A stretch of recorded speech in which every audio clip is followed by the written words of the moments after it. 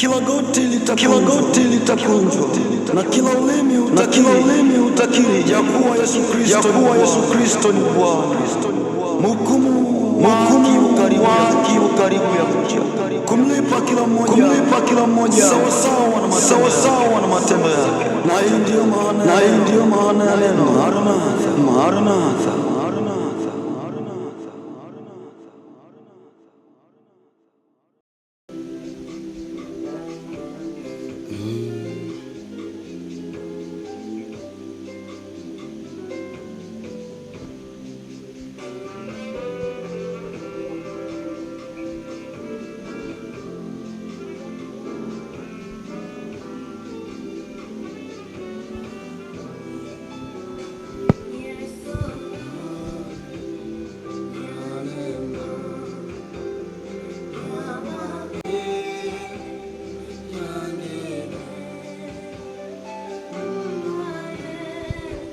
No candelaza ishio chikonyuma eso ale yanemba imubile mlane no candelaza ishio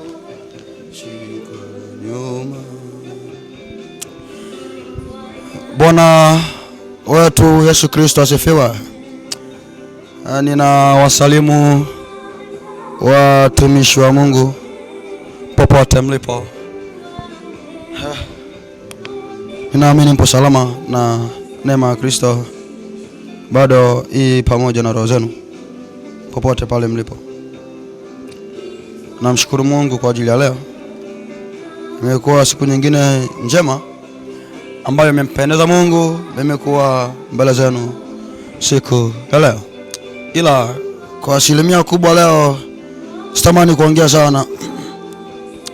Tamani niongee machache kwa ajili ya safari ya kwenda mbinguni na kwa ajili ya mateso yaliyoko ama yaliomo katika ulimwengu ama katika wokovu.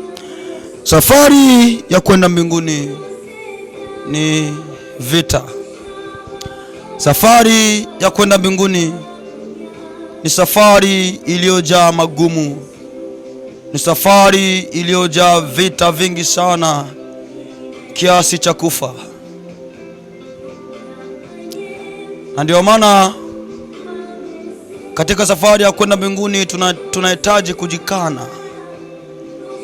Kujikana ni kuwa radhi na hali yoyote ya ulimwengu.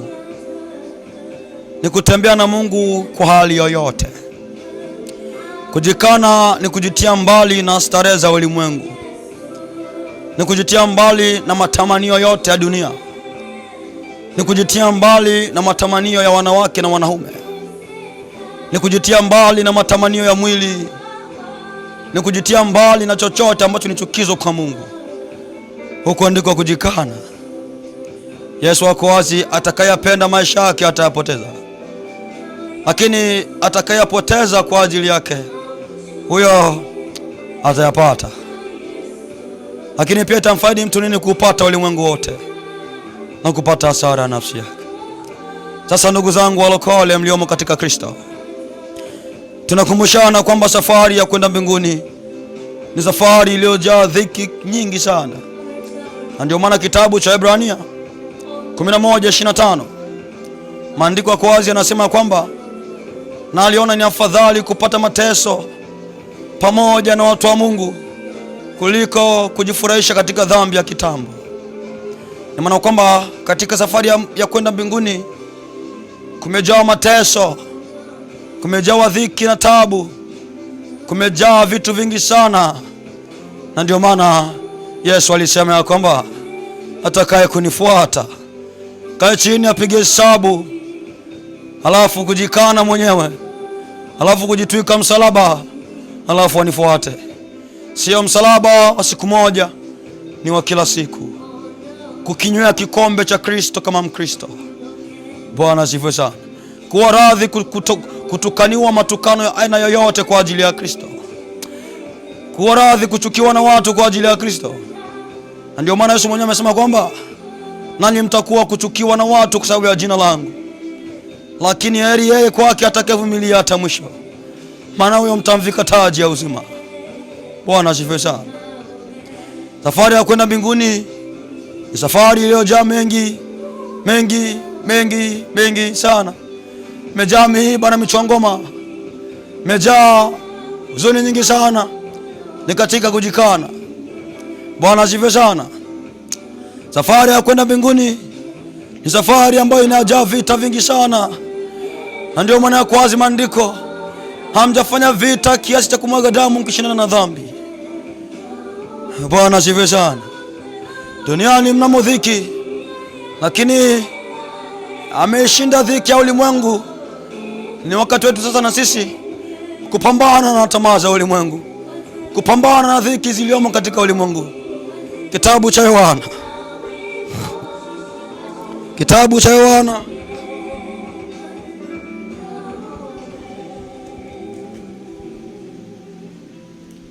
kitabu cha Yohana 16:33, kitabu chake cha Yohana. Andiko anasema hivi: akawakaribisha saa ile ile ya usiku. Samahani sana, niko kwenye Matendo ya Mitume, kitabu cha Yohana Mtakatifu 16:33. Maandiko anasema hivi: hayo niwaambieni mpate kuwa na amani ndani yenu, mpate kuwa na amani ndani yangu.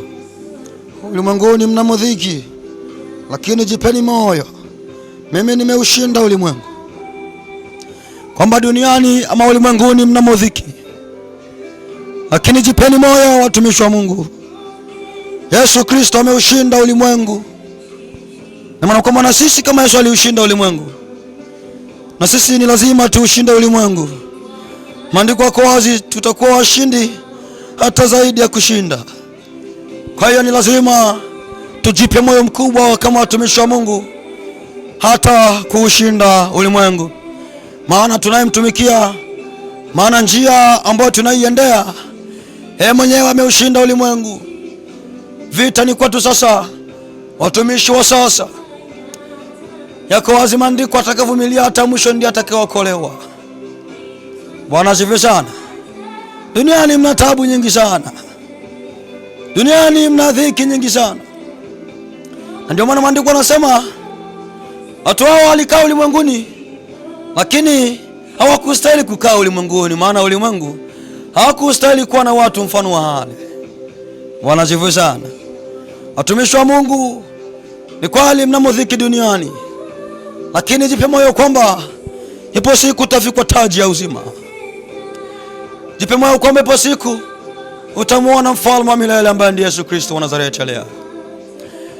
Ni kweli ulimwenguni mnamo dhiki, lakini katika ugumu wote na hali yoyote na mazingira yoyote, endelea na Mungu katika hali yoyote. Mazingira yasikusababu, yani yasiyo ni sababu ya wao kutoka kwa Mungu na kuendelea na ulimwengu kama kawaida.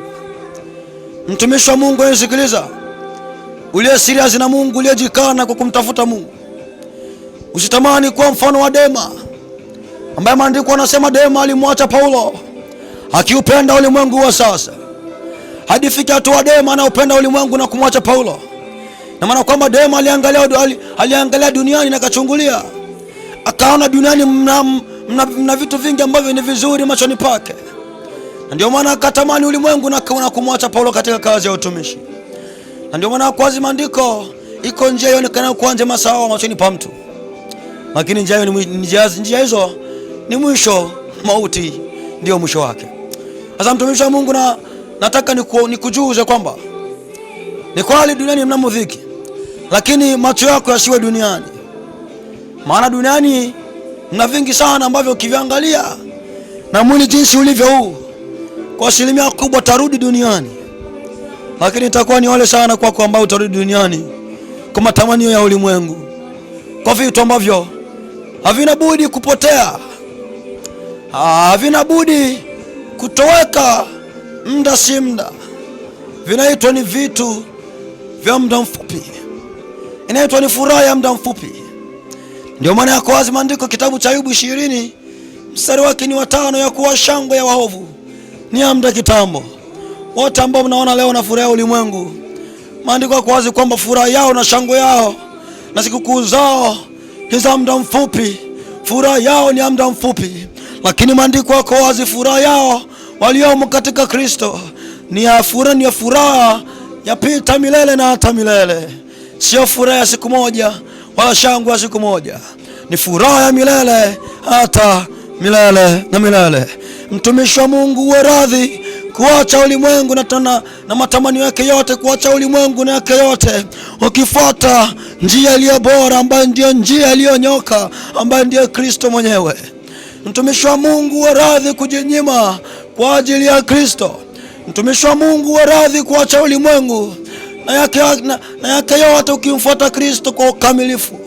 Mtumishi wa Mungu, uwe tayari kujinyima ukiacha ulimwengu na yake yote, huku ukimfuata Kristo kwa hali na mali, huku ukimfuata Kristo kwa ugumu wowote. Mtumishi wa Mungu, uwe radhi kujinyima mambo mengine hata kama sio dhambi, lakini uwe radhi kujinyima ukitarajia kupata taji ya uzima, ukitarajia kupata ulimwengu mpya ama dunia mpya na mbingu mpya. Mtumishi wa Mungu, uwe radhi kujinyima mambo yote ya dunia, mambo yote ya mwili. Mtumishi wa Mungu, uwe radhi kujinyima kuwa na wanawake, lakini ukitarajia taji ya uzima. Uwe tayari kujinyima chochote kibaya, hata kama ni kizuri, jinyime kwa ajili ya Kristo aliyekuwa ukitarajia taji ya uzima baada ya maisha haya. Bwana asifiwe sana. Bwana asifiwe sana, watu wa Mungu. Duniani mna mambo mengi sana ambayo ni kweli yanahuzunisha na kuvunja moyo, lakini Yesu amesema kwamba tujipe moyo, ameushinda ulimwengu. Ninaamini ipo siku na sisi tutaushinda ulimwengu. Tutashinda tamaa za dunia, tutashinda matamanio ya dunia, tutashinda mwili na yake na vyake vyote, maana mwili ndio adui wa kwanza ambaye anasumbua wengi. Na ndio maana Paulo amesema kila mmoja na uweze mwili wake katika utakatifu. Mtumishi wa Mungu, uwe radhi kujinyima chochote kwa ajili ya Kristo.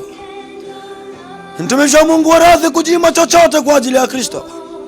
Inaitwa ni njia ya utakatifu, ni njia ya ukamilifu iendayo mbinguni. Haihitaji wala lolote, haihitaji makona yoyote, haihitaji njia zozote ambazo si nzuri. Na ndio maana ya kwazi maandiko, kila mmoja na akamili njia zake, aendaye katika sheria ya Bwana. Mtumishi wa Mungu, sitamani kufurahisha mwili kuliko kufurahisha Mungu, maana tumekuona watumishi wengi ambao wanafurahisha mwili kuliko kufurahisha Mungu. Wanapokuwa kwenye simu zao, wanapokuwa wanachati na mabinti, utasikia mama huko unaendeleaje, utasikia papa unaendeleaje, utasikia na vingine sweetheart unaendeleaje, uchochezi wa tamaa na uzinzi na ni watumishi. Utasikia maihani, utasikia dunia yangu inaendeleaje, utasikia mpenzi wangu unaendeleaje, utasikia vitu vingi sana ambavyo ukiviangalia kwa hali ya kawaida ni kweli vinatamanisha na vinakufurahisha, lakini tukiangalia kwa undani zaidi, hivyo ndivyo chanzo cha wao kurudi nyuma na kumwacha Mungu na kuacha ibada na kumwacha Mungu na yake yote, kwa sababu ya kujia kuitana mama na mapapa na masweetheart na vingine vyote. Mimi kwangu hakuna papa wala mama wala sweetheart wala chochote. Mimi nikijuacho ni utumishi, mimi nikijuacho ni kuendelea mbele na Mungu kwa hali yoyote. Niwe na mwanamke nisiwe na mwanamke, sitakuja kumuita sweetheart, sitakuja kumuita baby, sijui nini, na kuita jina lako ambalo Mungu ambalo wazazi wamekupatia, na kuita mtumishi na kuita mjakazi. Kwangu hakuna cha mama, hakuna cha papa. Huo ni mwanzo na chanzo cha uharibifu na dhinaa kutawala katika jamii ya watakatifu. Mtumishi wa Mungu, radhi kujinyima chochote kwa ajili ya Kristo. Nimeona sana ndani ya watumishi katika simu zao wanapokuwa wanachati na wanawake, utasikia tu mama unaendeleaje, hata kama au kwenye mahusiano lakini utasikia mama wife unaendeleaje. Swali, je, huyo ni mke wako wala ni mama wako ambaye amekuzaa? Tunaruhusa kuita mtu mama kama amekuzaa. Mimi sitakuita mama kama wewe si mama wangu ambaye umenizaa. Bwana sifiwe.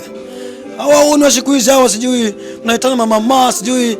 Hapana wapendwa, huo ni mwanzo wa tamaa, ni uchochezi wa tamaa ya mwili. Mwisho wa siku ni mauti, mwisho wa siku ni maangamizi, mwisho wa siku ni uasherati, mwisho wa siku ni zinaa. Mtumishi wa Mungu, uwerazi kuacha yoyote kwa ajili ya Kristo, uwerazi kuacha yote kwa ajili ya Kristo. Kuita mwanamke wife aliyakuwa sio mke wako, huo ni upagani uliovaa suti. Kuita mwanamke mama aliyakuwa sio mke wako na vingine vyote, huo ni upagani na kujiondolea heshima mbele ya mwanamke huyo na mbele ya wengi ambao wamekuzunguka na waliokuamini kama mtumishi wa Mungu.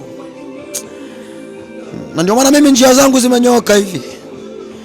Mimi nina simu 4. Ila natumikisha 3. Moja imeharibika siku hizi. Ila nina simu 4.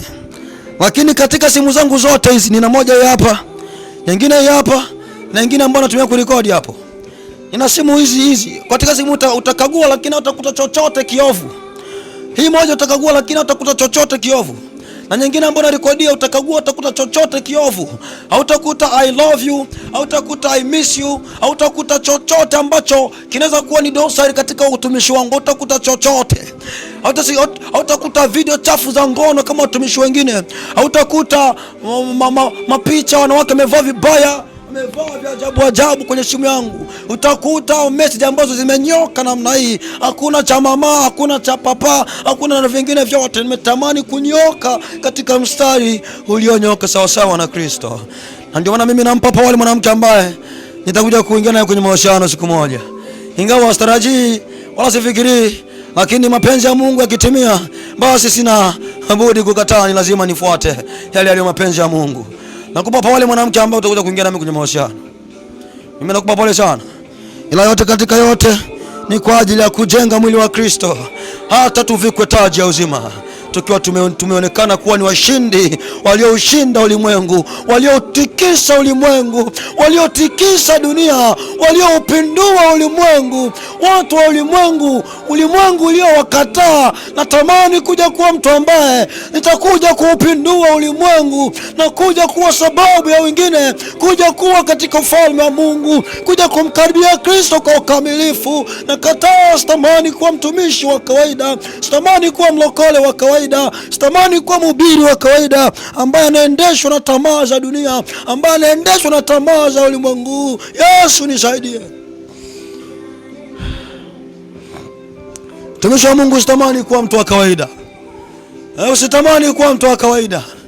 Ni safari ya kwenda mbinguni, inahitaji kunyoka. Usiwe mfano wa Balaamu mwana wa Beori, aliyenenda katika tamaa zake mwenyewe. Aliacha njia iliyonyoka kafuata ujira wake wa dhalimu. Bwana sifa sana. Mtumishi wa Mungu, uwe radhi kwa hali yoyote katika ulokole na utumishi wako. Usitamani kumwacha Mungu, maana hali yako ya mwisho itakuwa ni mbaya kuliko ile ya kwanza. Kitabu cha Petro 2:20 nianze pale. Kitabu cha Petro 2. Mtumishi wa Mungu aliye hai. Petro 2:20 maandiko yanasema hivi. Hii ni ole kwa wale ambao waliokwisha kuwa ndani ya Kristo, alafu mwisho wanatoka. Hii ni ole na ni pole sana. Kwa maana wale waliokwisha kuyakimbia machafu ya dunia kwa kumjua Bwana na Mwokozi wetu Yesu Kristo, kama wakinaswa tena na kushindwa, hali yao ya kwa ya mwisho itakuwa imekuwa mbaya kuliko ile ya kwanza. Na ndio maana maandiko yanasema hamjafanya vita hata kumwaga damu mkishindana na dhambi. Imekuwa ni ole sana kwa mtumishi wa Mungu ambaye alikwisha kujiingiza katika mambo ya ulokole, mambo ya Kikristo. Itakuwa ni ole sana kwake kutoka hali yake ya kwanza ama ya mwisho, itakuwa ni mbaya kuliko ile yake ya kwanza ambayo alikuwa nayo kabla hajaokoka.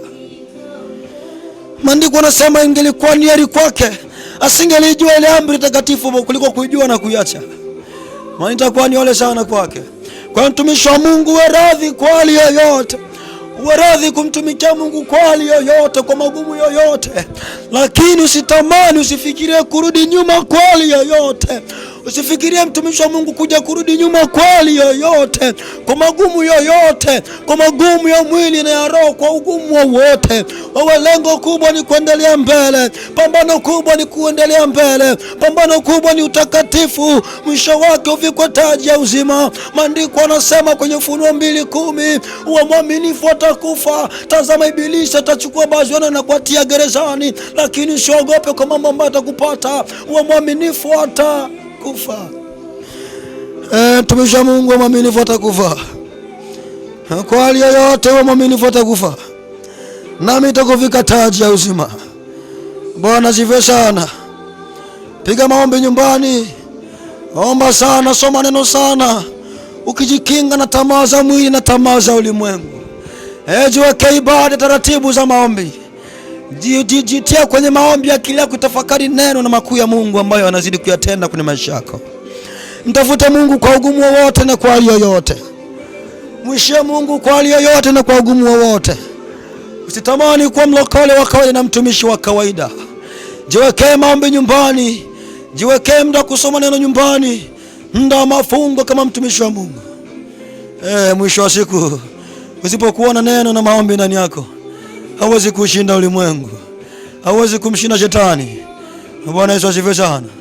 Mtumishi wa Mungu, safari ya kwenda mbinguni ni safari iliyo ambayo imejaa vita vingi sana. Kwa hiyo usipokuwa makini utakuja kuanguka na kuacha Mungu wako ambao ulianza kuwa naye. Lakini kwa sababu ya ni mbegu ambayo idondoka katika njia, mwisho wa siku amekuwa ni hayo tu. Lakini jipe moyo mkubwa, utakuja kuishinda ulimwengu ukijitia kwa ukamilifu kwa Mungu. Maandiko yanasema liko tumaini kwamba mti uliokatwa waweza kuchipuka tena. Haleluya. Neema na amani ziwe nanyi. Mungu azidi kuatia nguvu sana, ili siku moja tuje kurithi mbingu. Ni sauti ya mtu aliye na uchungu moyoni. Anasema kwamba walio katika njia ya Kristo, tengenezeni njia zenu na matendo yenu. Yesu mhukumu wake yu karibu na kuja kulichukua kanisa. Wale wake ambaye atakuwa yuko nje ya Kristo, maana itakuwa ni taabu na shida kwake. Neema na amani ziwe nanyi. Amen.